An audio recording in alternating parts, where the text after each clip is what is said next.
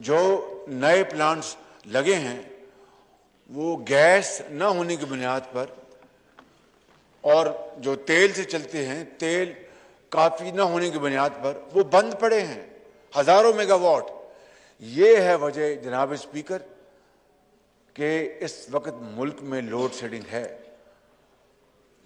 वगरना इसकी कोई वजह कोई बुनियाद नहीं थी और सिर्फ ग्रॉस मिसमैनेजमेंट और इनकॉम्पिटेंस, जो कि हम 4.25 साल ये बात पुकार कर कहते रहे कि ये हुकूमत जो है ये इससे ज़्यादा इनकॉम्पिटेंट और लेड बैक और एक नाअहल हुकूमत और करप्ट हुकूमत कभी नहीं आई। और ये मैं आपको बता रहा हूँ कि ये इसका बैकग्राउंड है, पस मंज़र है। इसके अलावा और इसके लिए हम कोशिश कर रहे हैं, इनके पास गैस नहीं है, इनके पास काफ़ी गैस नहीं है, इसलिए ये बिजली के प्लांट बंद पड़े हैं।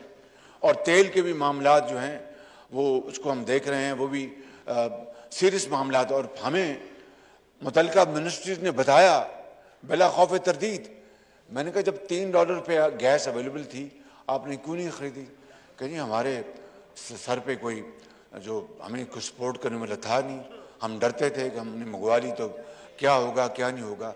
ये हैं वो हालात जिनकी वजह से $3 या $4 पर जब गैस की कीमत थी, स्पॉट मार्केट की बात कर रहा हूं, तो इन्होंने नहीं खरीदी। आज $30-35 पर यूनिट पे है, $30-35 पर यूनिट।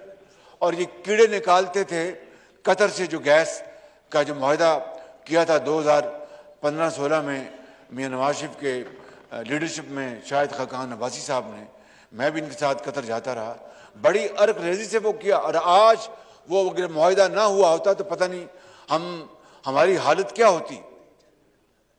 और कतर ने उस वक्त, ये मैं आपको बता रहा हूं कि जो अमीर कतर ने उनके पर्सनल इंटरवेंशन से उस वक्त जो कीमतों का लेवल था दुनिया में, उससे बड़ा डिस्काउंट दे के हमें वो गैस दी थी।